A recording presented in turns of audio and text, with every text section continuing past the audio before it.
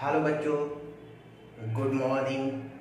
बच्चों कैसे हो आप लोग। उम्मीद करते हैं बच्चों आप लोग अच्छे होंगे और साथ ही साथ अब घर पर आप रहकर पढ़ाई शुरू कर चुके होंगे। तो बच्चों आज जो हम लोग पढ़ने वाले हैं वो इकोनॉमिक्स के अंतर्गत आज हम लोग पढ़ेंगे micro and macro level of economic activity के बारे में। क्योंकि वैसे बच्चों जो हमारे वीडियो से पहली बार जुड़ रहे हैं उन सभी बच्चों से नम्र निवेदन है कि हमारे जो YouTube चैनल हैं उसे लाइक एंड सब्सक्राइब करना ना भूलें और साथ ही साथ इकोनॉमिक्स के जितने भी हमने अभी तक वीडियो अपलोड कर रखा है वैसे वीडियो को आप एक बार जरूर देखें। उसके अंतर्गत मैंने आपको इकोनॉमिक्स के कॉन्सेप्ट को बता रखा है और साथ ही साथ इकोनॉमिक एक्टिविटी के कॉन्सेप्ट को और उसके टाइप्स को बता रखा है। तो बच्चों अब हम लोग स्टार्ट करते हैं आज क्या तो micro and macro level of economic activity. तो जब हम इकोनॉमिक एक्टिविटी को पढ़ते हैं ध्यान से समझिएगा बच्चों, ये जो मेरा इकोनॉमिक एक्टिविटी है, जब इकोनॉमिक एक्टिविटी को हम लोग स्टडी करते हैं, जब इकोनॉमिक एक्टिविटी को हम लोग क्या करते हैं स्टडी करते हैं, तो इसे दो भागों में बांटकर या दो लेवल में बांटकर स्टडी करते हैं। इसका मतलब क्या हुआ कि जब इकोनॉमिक एक्टिविटी के अंतर्गत हम लोग प्रोडक्शन का या कंजम्पशन का या हम लोग एक्सचेंज का या देखा जाए तो इन्वेस्टमेंट का, ये सारी चीज बच्चों हमने इकोनॉमिक एक्टिविटी के वीडियो में बता रखा है। तो चूंकि इकोनॉमिक एक्टिविटी के अंतर्गत जब इन सभी चीजों को हम स्टडी करते हैं तो इसे दो लेवल पर स्टडी करते हैं। इसे कितने लेवल पर स्टडी करते हैं? दो लेवल पर स्टडी करते हैं। एक को कहा जाता है इंडिविजुअल लेवल, एक को कहा जाता है इंडिविजुअल लेवल और दूसरे को कहा जाता है इंटायर या होल इकोनॉमी लेवल। एक को हम लोग कहते हैं इंडिविजुअल लेवल और दूसरे को हम लोग कहते हैं इंटायर या होल इकोनॉमी लेवल। इसका मतलब क्या हुआ कि जैसे ही इकोनॉमिक एक्टिविटी के अंतर्गत हम सारे प्रोडक्शन हो, कंजम्पशन हो, एक्सचेंज हो, इन्वेस्टमेंट हो, इसको हम दो भागों में बांटकर स्टडी करने का काम करते हैं। एक भाग को हम लोग कहते हैं इंडिविजुअल लेवल और दूसरे भाग को हम लोग कहते हैं इंटायर या होल इकोनॉमी लेवल। जब इंडिविजुअल लेवल पर हम लोग स्टडी करते हैं तो इसके अंतर्गत हम लोग इंडिविजुअल यूनिट्स का स्टडी करते हैं, यानी इसके अंतर्गत देश में जितने भी प्रत्येक व्यक्ति है, देश में जितने भी प्रत्येक व्यक्ति है उस प्रत्येक व्यक्ति के बारे में हम लोग स्टडी करते हैं और उसके बारे में ये जानते हैं कि उनका इंडिविजुअल का प्रोडक्शन कितना है, इंडिविजुअल का कंजम्पशन कितना है, इंडिविजुअल का एक्सचेंज कितना है या इंडिविजुअल का इन्वेस्टमेंट कितना है। जब हम इन सभी का स्टडी करते हैं तो ये स्टडी कहलाता है इंडिविजुअल लेवल का स्टडी। ये स्टडी क्या कहलाता है? इंडिविजुअल लेवल का स्टडी। सेकंड, जब हम इंटायर या होल इकोनॉमी लेवल के अंतर्गत स्टडी करते हैं तो हम प्रत्येक एक एक इंडिविजुअल के बारे में नहीं स्टडी करते हैं बल्कि होल जितने भी पर्सन हैं, होल जितने भी इकोनॉमी है, होल जितने भी हमारे समाज है, समाज में रहने वाले जितने भी व्यक्ति हैं उन सभी का कलेक्टिव रूप से या ग्रुप के अंतर्गत हम उसे क्या करते हैं, स्टडी करते हैं। यानी उसके अंतर्गत देश में रहने वाले प्रत्येक व्यक्ति का नहीं बल्कि पूरे समूह का जब हम ये जानना चाहते हैं कि उनके प्रोडक्शन कितने हैं, यानी टोटल प्रोडक्शन कितना है, उनके कंजम्पशन कितने हैं, यानी टोटल कंजम्पशन कितना है, उनके एक्सचेंज कितने हैं, उनके इन्वेस्टमेंट कितने हैं, जब ये हम स्टडी करते हैं इकोनॉमी एक्टिविटी के अंतर्गत, तब इसे कहा जाता है इंटायर या होल इकोनॉमी लेवल। बच्चों यहां तक क्लियर है? अब आगे बढ़ते हैं, ध्यान से समझिएगा बच्चों। जैसे ही इंडिविजुअल लेवल पर हम लोग इकोनॉमी एक्टिविटी का स्टडी करते हैं, ये कहलाता है हमारा माइक्रो इकोनॉमिक्स। ये हमारा क्या कहलाता है, माइक्रो इकोनॉमिक्स। और उसी प्रकार जब हम एंटायर या होल इकोनॉमी लेवल पर अपने इकोनॉमिक एक्टिविटी का स्टडी करते हैं, तब ये कहलाता है हमारा मैक्रो इकोनॉमिक्स। इसे हम लोग क्या कहते हैं, मैक्रो इकोनॉमिक्स। यानी इंडिविजुअल लेवल पर स्टडी करते हैं तो माइक्रो, और इंटायर या होल इकोनॉमी लेवल पर स्टडी करते हैं तो मैक्रो इकोनॉमिक्स कहलाता है। अब ये दोनों है क्या, ध्यान से फिर से समझिएगा। ये जो माइक्रो इकोनॉमिक्स है या ये जो आपका मैक्रो इकोनॉमिक्स है, ये हमारे इकोनॉमिक्स के ब्रांचेज है। ये हमारे इकोनॉमिक्स के क्या है, ब्रांचेज है। इसका मतलब क्या हुआ, जिस प्रकार से आप लोग देखते हो बच्चों, एक विशाल अगर पेड़ देखते हैं तो उस विशाल पेड़ के अलग अलग शाखाएं होती है, उसी प्रकार ये इकोनॉमिक्स भी अगर हम लोग देखते हैं तो इकोनॉमिक्स के भी अलग अलग ब्रांचेज है। ये अलग अलग ब्रांचेज क्या कहलाते हैं, ये ब्रांचेज कहलाते हैं माइक्रो इकोनॉमिक्स और मैक्रो इकोनॉमिक्स। इसका मतलब क्या हुआ कि इकोनॉमिक्स को अगर देखते हैं तो इकोनॉमिक्स के कितने ब्रांचेज होते हैं, इकोनॉमिक्स के दो ब्रांचेज होते हैं। एक ब्रांचेज को हम लोग कहते हैं माइक्रो इकोनॉमिक्स और दूसरे ब्रांचेज को हम लोग कहते हैं मैक्रो इकोनॉमिक्स। तो अब यहां पर ये बातें समझते हैं कि ये जो माइक्रो वर्ड है और ये जो मैक्रो वर्ड है, आखिर ये माइक्रो और मैक्रो वर्ड को इंट्रोड्यूस किसने किया, ये लाया कब गया, देखिएगा समझिएगा। ये जो माइक्रो इकोनॉमिक्स का माइक्रो वर्ड है और मैक्रो इकोनॉमिक्स का मैक्रो वर्ड है, ये इंग्लिश के वर्ड है। और इस वर्ड को सबसे पहले जो इंट्रोड्यूस किया आपके स्कॉलर्स या इकोनॉमिक्स, जो इंट्रोड्यूस किया आपके स्कॉलर्स कहिए या इकोनॉमिक्स कहिए, उनके नाम है रैगनर फ्रिश। उनके क्या नाम है, रैगनर फ्रिश।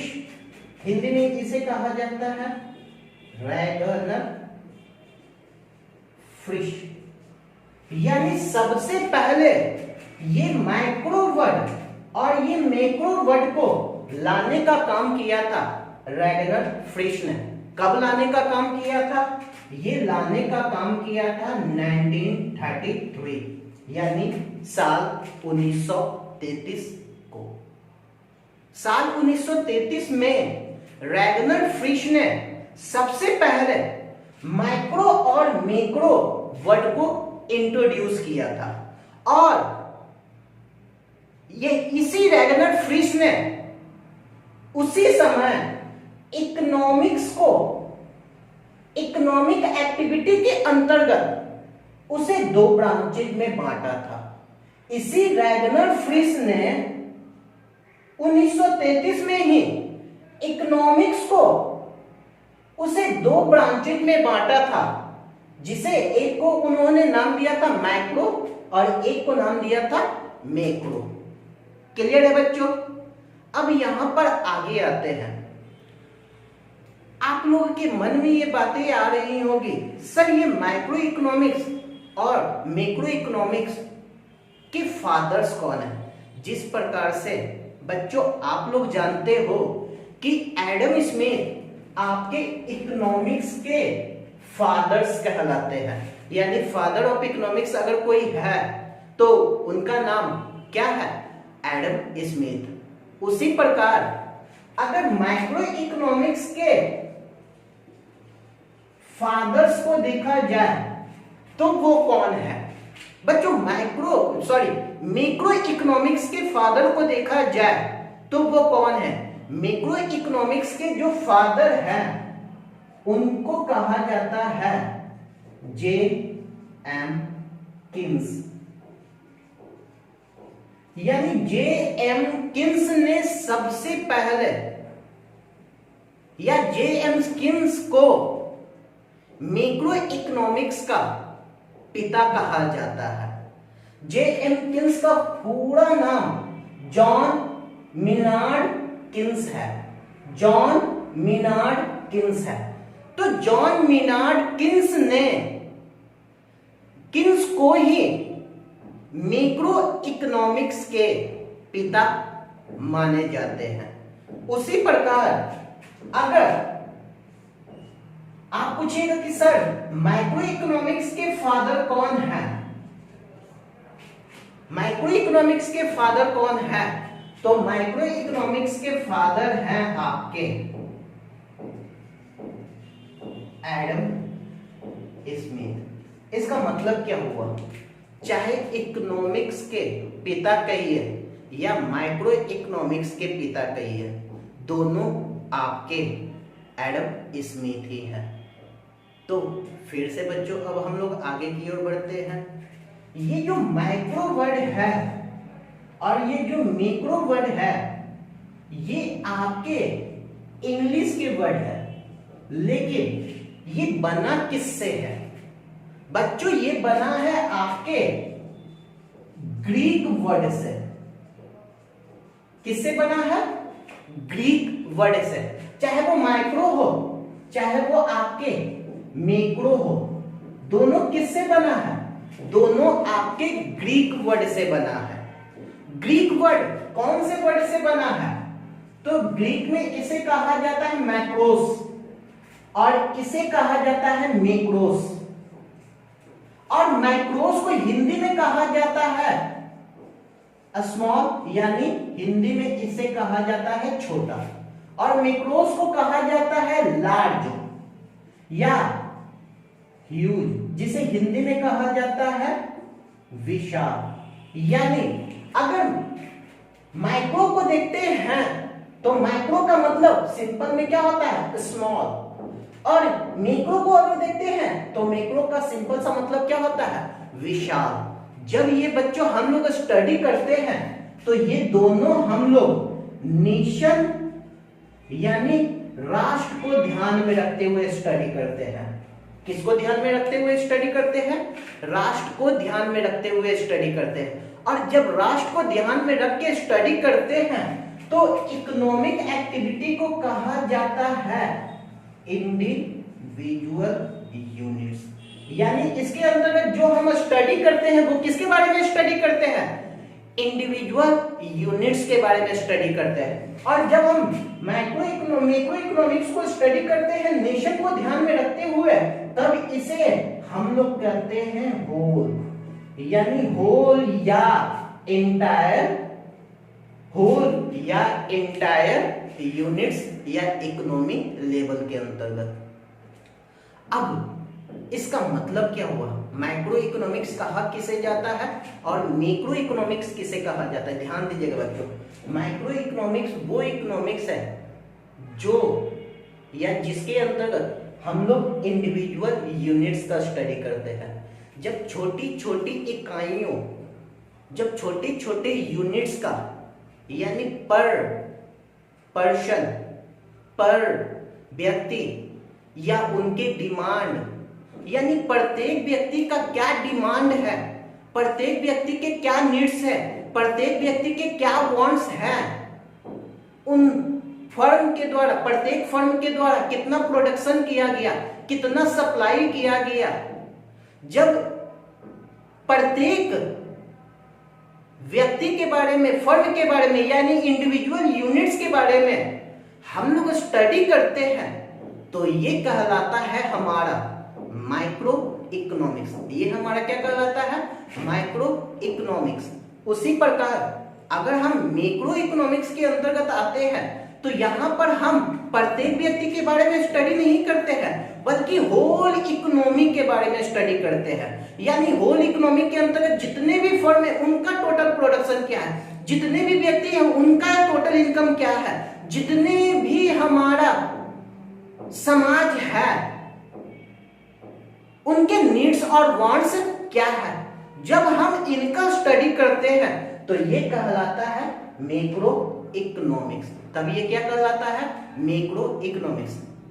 एक एग्जांपल समझिएगा बच्चों, जैसे अगर मान लेते हैं कि हमारे क्लास में बच्चे हैं और मैं प्रत्येक